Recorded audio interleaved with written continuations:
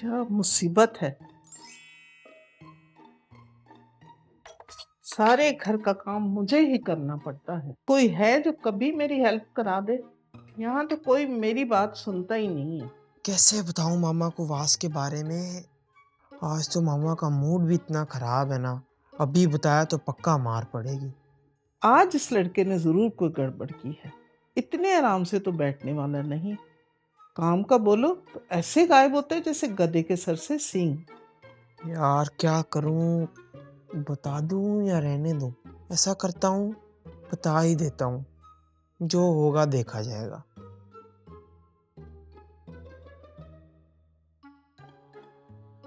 खैरियत? जी। आज खेलने नहीं गए? मैंने कहा रोज ही तो खेलना कूदना लगा रहता है, आज घर पर रह के आपकी हेल्प करा दूं। बात क्या है?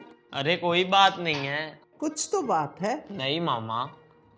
जब तक ये खुद नहीं बताता मैं भी इससे नहीं पूछूंगा।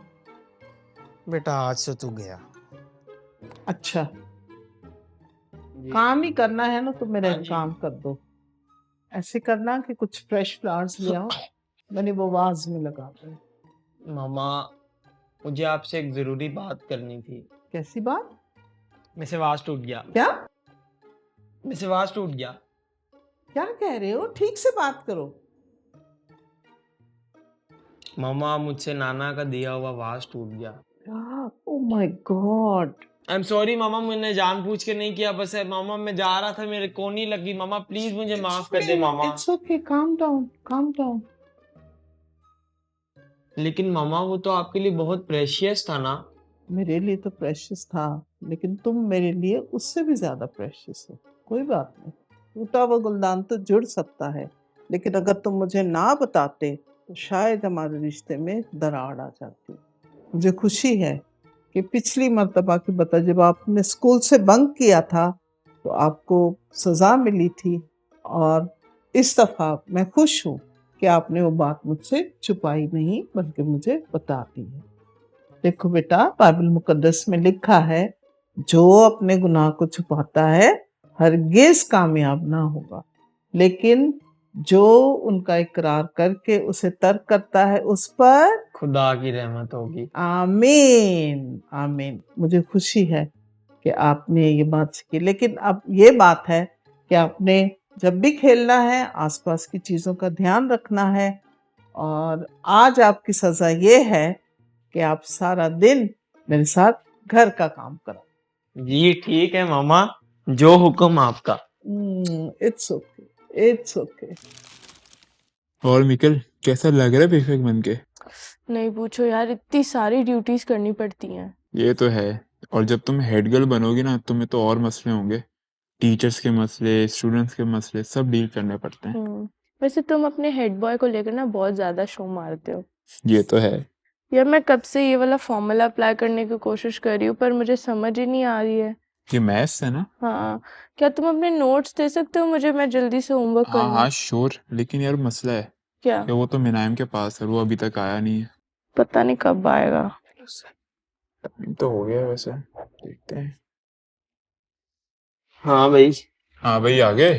हाँ, ये चोट कैसे लगी भाई? ये तुम दोनों की वजह से ही हुआ है सब ना। मैं तुम्हारी बात मानता और ये सब होता। ओ भाई सही बताओ क्या हुआ है? तुम दोनों ने ही बोला था ना कि अपनी मामा को सब सच सच बता दो। ऐसा ऐसा मैंने उनको जब बताया उन्होंने तो मेरी इतनी पिटाई करी।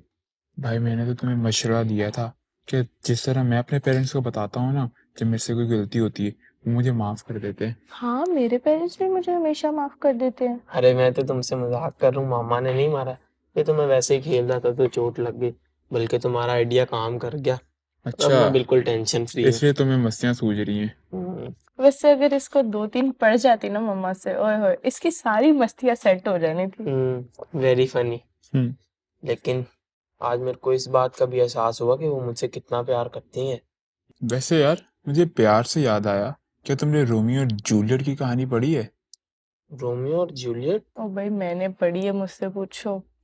क्या कहानी है भाई लव और ट्रेजेडी के बारे में। तो मैं लेके आऊं अगर पढ़नी novel?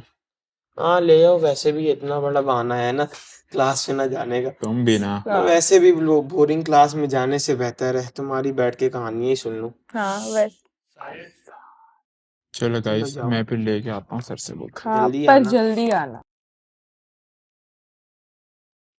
Hello sir Arun. Hello, Edson. How can I help you? Sir actually मुझे एक बुक चाहिए थी। सर मैं और मेरे दोस्त प्यार और फॉरगिवनेस के बारे में पढ़ रहे थे, Oh, तो मेरे जहन के अंदर रोमियो और जूलियट की कहानी आई। क्या आपके पास वो नॉवल होगी? रोमियो और जूलियट। पर यही कहानी क्यों, कोई और क्यों नहीं? सर लव स्टोरीज में तो मुझे इन्हीं का पता है। हाँ, छोड़ो रोमियो और जूलियट को और ये लो, ये बुक्स ले जाओ और ये पढ़ो। इससे बेहतर लव स्टोरी तुम्हें कहीं और नहीं मिलेगी। सर ये आपकी फेवरेट बुक का पार्ट है? हाँ बिल्कुल, ये मेरी फेवरेट बुक का ही पार्ट है। तो ये ले जाओ और पढ़ो। लेकिन अरे हाँ, एक बात तो मैं आपको बताना ही भूल गया। सर वो क्या? याद है ना, मैंने कहा था कि बाइबल 2 हिस्सों में है, पुराना सर। अहदनामा और नया अहदनामा। तो आप तीनों दोस्तों ने पुराना अहदनामा कंप्लीट कर दिया है। नो वे सर, ऐसा? बिल्कुल। सर मुझे तो बहुत पसंद है सर। अब तो सर ये मेरी भी फेवरेट बुक हो गई है। बिल्कुल, और मेरी तरफ से जाकर मिनाहिम और मीकल को भी कांग्रेचुलेट कर देना। श्योर सर, मैं बहुत खुश हूँ। Okay bye bye. Have a good day. तुम कितने रह गए थे? और ये इतनी ज्यादा बुक्स रोमियो और जूलियट की कहानी की है? लेने तो मैं वही गया था, लेकिन सर उन्होंने मुझे ये वाली बुक्स दे दी और बताया कि बेसिकली बाप और बेटे के बारे में है, जो उनके एक रिश्ते को बयान करती है। लेकिन शुरू करने से पहले एक बहुत एक्साइटिंग न्यूज़ है मेरे पास। ओ, खाने की ट्रीट तो नहीं देने लगे? नहीं भाई, हमने बाइबल का ओल्ड टेस्टामेंट कंप्लीट कर लिया है, जिसके अंदर हमने 39 बुक्स वाओ। पढ़ी हैं। वाह, मैंने तो कभी सोचा भी नहीं था कि हम ये सब बुक्स भी पढ़ेंगे। और अभी हम बाइबल का न्यू टेस्टामेंट पढ़ेंगे, जिसके अंदर टोटल 27 बुक्स हैं। और ये फर्स्ट 4 बुक्स हैं, जो कि gospel of Matthew, mark, look और जॉन है। वाह। लेकिन गॉस्पेल्स का मतलब तो खुशखबरी होता है ना। ये खुशखबरी सुनने के लिए तो मैं बिल्कुल तैयार हूँ और बहुत एक्साइटेड भी हूँ। और नेक काम में देरी कैसी, तो चलो शुरू करते हैं फिर। बिल्कुल ठीक। सो गॉस्पेल्स हमें बेसिकली यीशु मसीह की स्टोरी बयान करते हैं, यीशु मसीह के पैदा होने से लेके आसमान पे उठाए जाने तक।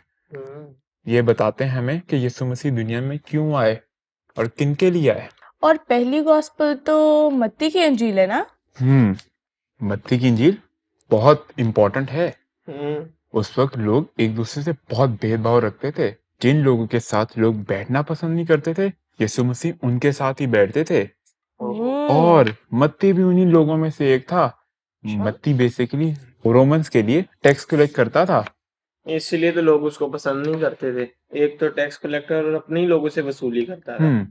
लेकिन यीशु ने उसे अपने पीछे होने को कहा और वो 12 शागिर्दों में शुमार हो गया। मिनाहिम, सुनने में तो ये सब बहुत ही आसान लगता है, लेकिन जीसस के लिए बहुत मुश्किल रहा, क्योंकि फकी फरीसी जीसस को क्वेश्चन करते थे और रोमी सिपाही तो जीसस को कैद में डाल देते थे। क्यों इतने जेलस थे वो जीसस से? एक्चुअली लोग असल में यीशु को एक आम इंसान मानते थे। यीशु जब उन्हें बताते थे कि वो खुदा के बेटे हैं, तो उन पे इल्जाम लगा देते थे। ओ, मतलब ब्लास्फेमी। जब आप किसी होली या सेक्रेट चीज के बारे में गलत बोलो तो उसको तो आज भी काबिले सजा माना जाता है। और इसकी सजा मौत थी। जीसस को ये सब पता था, लेकिन फिर भी उन्होंने कभी अपनी टीचिंग्स देना रोकी नहीं। और वो लोगों को नई बादशाहत के लिए तैयार करते थे, यानी कि जब हम आसमान पे जाएंगे। और जीसस जिस तरह पैदा हुए उससे तो सब हैरान हो गए थे। और इसकी कहानी मिलती है हमें अगली अंजील में, जो कि है मरकस की अंजील। और तुम लोग को पता है, मरकस भी जीसस के 12 शागिर्दों में से ही थे। लेकिन बाइबल इनकी पर्सनल लाइफ के बारे में ज्यादा जिक्र नहीं करती। मरकस ने आंखों देखा हाल बयान किया है। कुछ लोगों का कहना है कि जब जीसस को रोमी सिपाहियों ने गिरफ्तार कर लिया था, तो उनके साथ एक और शख्स था जिसका नाम था मरकस। लेकिन वो उनकी गिरफ्त से भाग गया। इसलिए मरकस ने जो देखा वही अपनी बुक में बयान किया है। और मरकस की अंजील में हम जीसस के बहुत से मिरेकल्स भी पढ़ते हैं। मरकस की अंजील हमें ये बताती है कि मरकस के नजरिए में जीसस खुदा से ज्यादा एक अच्छे टीचर हैं, जो अपने लोगों को रूहानी बातों के बारे में बताते हैं। वैसे देखा जाए तो जीसस ही बेस्ट टीचर थे, मतलब कि अभी भी हैं। वो सब तो ठीक है, लेकिन उसके बाद क्या है? इसके बाद आती है लूका की इंजील। लूका भी यीशु के शागिर्दों में से एक ही था, और वो एक तबीब था, जिसकी वजह से वो सबसे ज्यादा पढ़ा लिखा था। और इसने यीशु को एक अलग नजरिए से बयान किया है। लेकिन वो कैसे? जैसे मत्ती की अंजील में हम यीशु को एक बादशाह की तरह देखते हैं, मरकस की अंजील में हम यीशु को एक कामिल इंसान की तरह, ऐसे ही लूका ने अपनी अंजील में यीशु को सन ऑफ मैन का खिताब दिया है। I have a question. Jesus तो खुदा के बेटे थे, तो फिर ये title son of man? Basically ऐसे ही पुरानी पेशन गोइयों के मुताबिक लोग ये तो मानते थे कि जीसस ही मिसाया है, लेकिन वो ये नहीं मानते थे कि यीशु ही खुदा का बेटा है। और दानियल नबी ने तो यीशु को सन ऑफ मैन का खिताब भी दिया है। यीशु खुदा के बेटे थे, लेकिन वो दुनिया में इंसान की फॉर्म में आए थे। बिल्कुल ठीक। और मरियम और यूसुफ उनके जमीनी माँ बाप थे। ये बात उनके इस टाइटल को प्रूफ करती है कि वो सन ऑफ मैन थे। जीसस खुदा के बेटे तो थे, लेकिन वो हम इंसानों को हमारे गुनाहों से बचाने के लिए इंसान के रूप में आए थे, मरियम और यूसुफ के जरिए। सही कहा मिकल। बिल्कुल। लूका की इंजील में हम एक खास कहानी को भी देखते हैं जो खुदा का इंसान और इलाही होना दोनों एक साथ दिखाता है।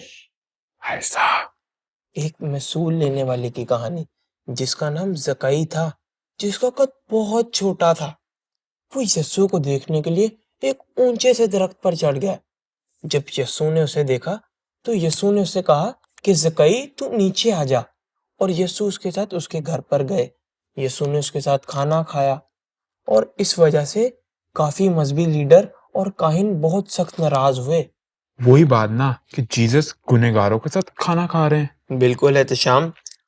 ऐसे ही जब उसने खुदा के साथ वक्त गुजारा तो जकई को अपने गलत कामों का एहसास हुआ और यीशु से माफी मांगी और उसको बोला कि अब मैं एक अच्छा इंसान बनूंगा।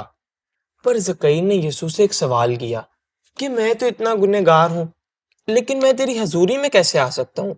तो यीशु ने उसे जवाब दिया, लूका 19:10, क्योंकि इब्ने आदम खोए हुओं को ढूंढने और नजात देने के लिए आया है। तो लूका अपनी इंजील में यीशु को एक कामिल शख्स की तरह दिखाता है।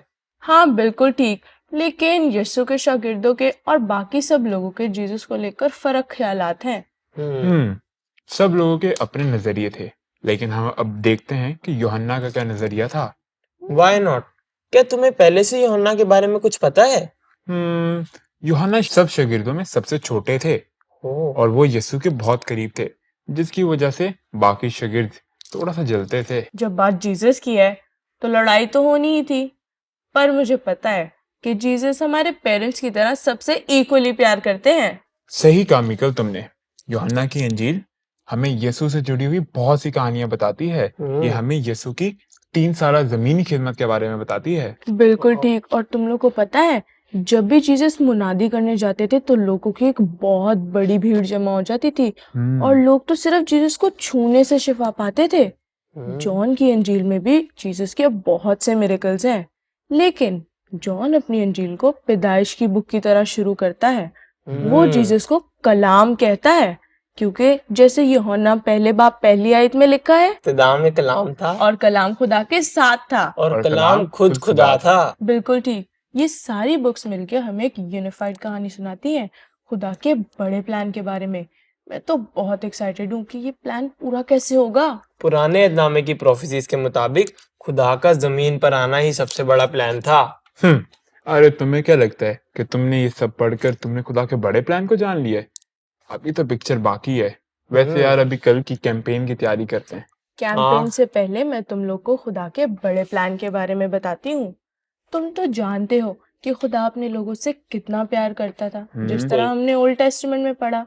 लेकिन जैसे हम देखते हैं कि तौरा में खुदा ने अपने लोगों को मूसा के जरिए गुलामी से निकाला, लेकिन फिर भी लोग खुदा की नाफरमानी करते थे। और फिर जब हिस्ट्री की बुक्स पढ़ी तो वहां पे खुदा ने जजेस और किंग्स को भेजा ताकि वो उसके लोगों पर रूल कर सके, लेकिन अब तो किंग्स भी नाफरमान निकले। तो जब किंग नाफरमान होगा तो लोग तो ऑलरेडी नाफरमान थे। और जिस तरह हमने पोइट्री की बुक्स में पढ़ा कि खुदा ने अपने लोग को कितनी विजडम की बातें बताई थी, लेकिन लोग तो फिर भी नहीं बदले। बिल्कुल सही था। फिर खुदा ने प्रॉफिट्स को भेजा, जैसा हमने प्रोफेसी के बुक्स में पढ़ा था। उन प्रॉफिट्स ने लोगों को बताया भी था कि उन्होंने खुदा का अहद तोड़ा है, लेकिन वो फिर भी नहीं बदले। बिल्कुल ठीक कहा। फिर खुदा ने अपना बड़ा प्लान फॉलो किया। खुदा ने अपने बेटे को भेजा था ताकि उसे कुर्बान किया जाए और वो हमारी नजात का जरिया बने। ये सब बातें मुझे ये बुक्स पढ़कर समझ आई हैं कि खुदा हम्म, हमसे कितना प्यार करता है बिल्कुल। कि उसने अपने इकलौते बेटे को भेज दिया। कितना अमेजिंग था ना। तो क्या तुम लोग को अच्छे से समझ आई? बिल्कुल। बिल्कुल। वैसे यार बहुत ज्यादा टाइम भी हो गया है, तो हम हाँ, कैंपेन की तैयारी कर ले। तुम लोग बैनर्स के लिए चले जाओ, पर मैं जा रही हूँ क्योंकि आई हैव अ क्लास। तो फिर कल मिलते हैं, टाइम पर आना। कल जल्दी आना, हमने बहुत काम करना है। मैं नाहिम लेजी, आप टाइम पे आए।